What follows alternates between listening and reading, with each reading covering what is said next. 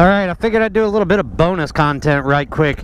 I'm gonna go in the backyard and see just how much it takes to get this thing stuck. Because obviously this ain't doing it. That's the gravel driveway.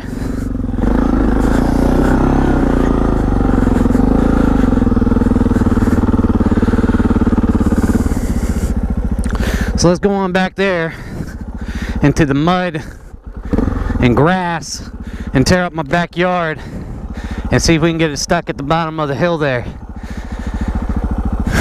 This will be a true test of TKC80s. I think we're going to call this TKC80 review.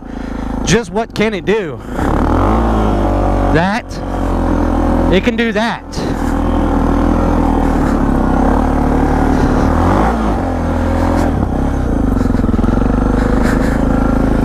Alright. So let's go on down here to the fresh powder. Completely sunk down at the bottom in the mud. Here in the grass. Fresh powder. And it still pulls. Jeez. That's ridiculous.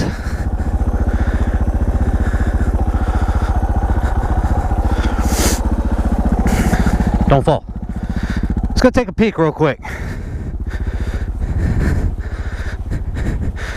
Now, I'm not reviewing long-term drivability or road quietness, smoothness, but just take a look at this for reference. That's what a Continental TKC80 can do. That's pretty freaking retarded awesome if you ask me. I mean, come on. So, should you buy a TKC80 for your DR650?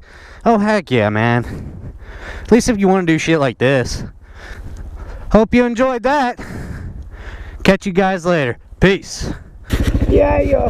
Tube or anything, but I'm not going super hard or aggressive, so I don't think I will.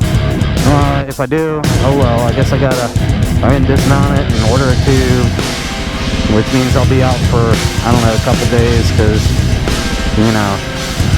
But anyways, at least we're going. This is pretty freaking amazing, guys.